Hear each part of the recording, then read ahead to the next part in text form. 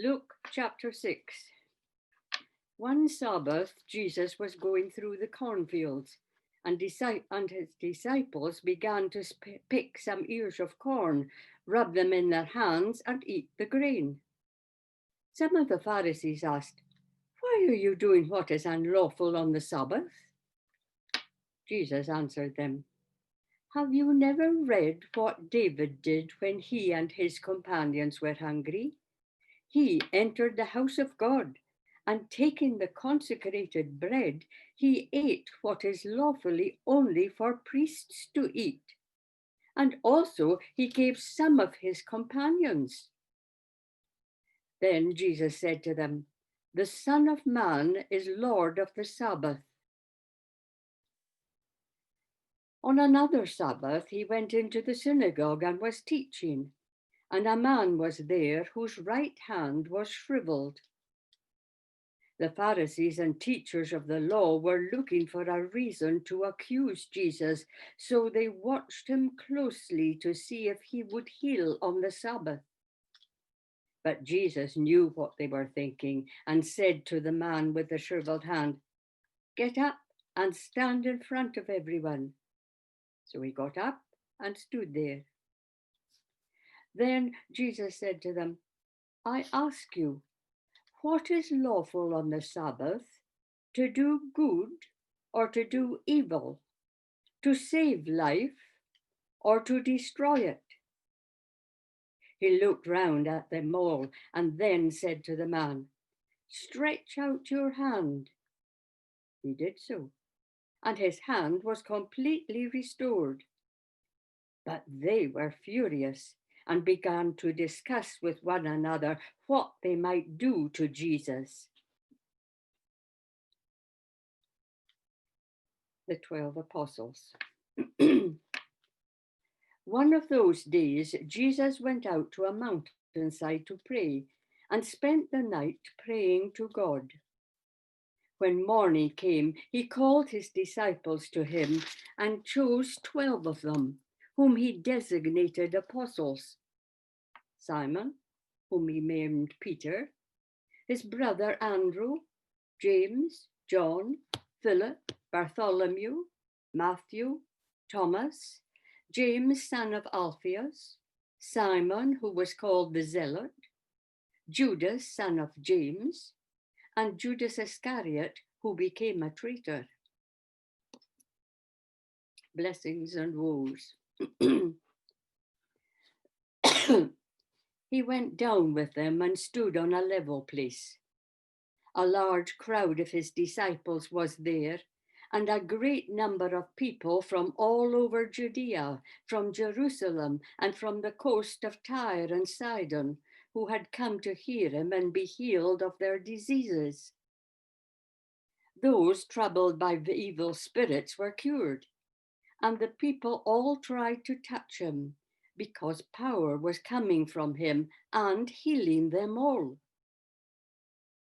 Looking at his disciples, he said, "Blessed are you who are poor, for yours is the kingdom of God.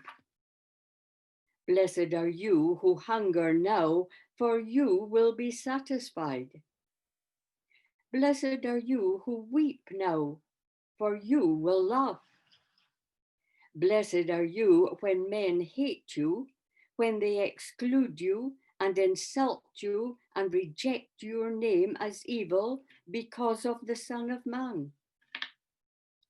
Rejoice in that day and leap for joy, because great is your reward in heaven, for that is how their fathers treated the prophets.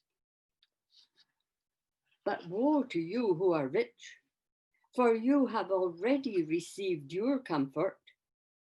Woe to you who are well fed now, for you will go hungry. Woe to you who laugh now, for you will mourn and weep.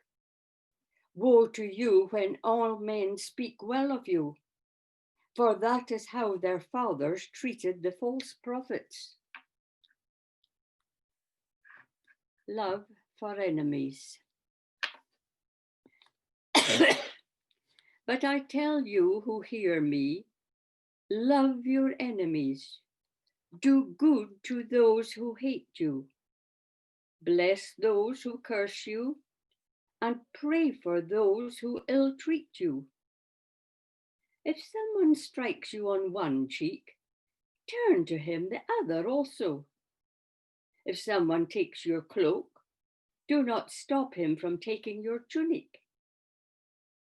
Give to everyone who asks you, and if anyone takes what belongs to you, do not demand it back. Do to others as you would have them do to you. If you love those who love you, what credit is that to you? Even sinners love those who love them. And if you do good to those who are good to you, what credit is that to you? Even sinners do that. And if you lend to those from whom you expect repayment, what credit is that to you? Even sinners lend to sinners, expecting to be repaid in full. But love your enemies, do good to them, and lend to them without expecting to get anything back. Then your reward will be great, and you will be sons of the Most High, because he is kind to the ungrateful and wicked. Be merciful, just as your Father is merciful. Judging others. Do not judge, and you will not be judged. Do not condemn, and you will not be condemned. Forgive, and you will be forgiven. Give, and it will be given to you. A good measure, pressed down, shaken together, and running over, will be poured into your lap. For with the measure you use, it will be measured to you. He also told them this parable. Can a blind man lead a blind man? Will they not both fall into a pit? A student is not above his teacher, but everyone who is fully trained will be like his teacher. Why do you look at the speck of sawdust in your brother's eye and pay no attention to the plank in your own eye? How can you say to your brother, "Brother, let me take the speck out of your eye," when you yourself fail to see the plank in your own eye? You hypocrite!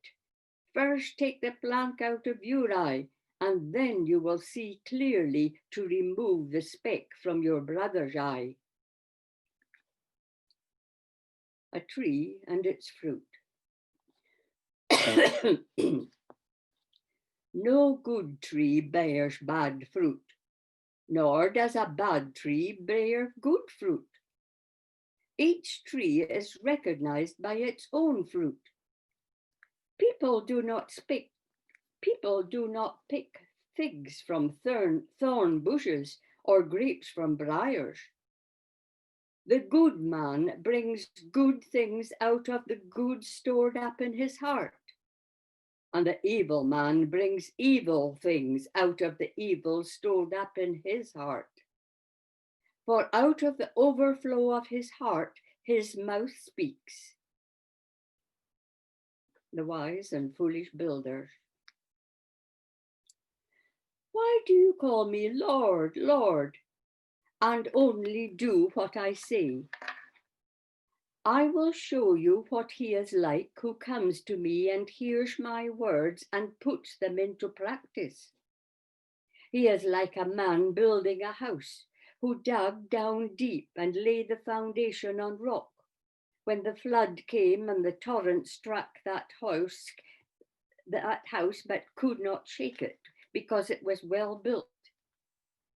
But the one who hears my words and does not put them into practice is like a man who built a house on the ground without a foundation. The moment the torrent struck that house, it collapsed, and its destruction was complete.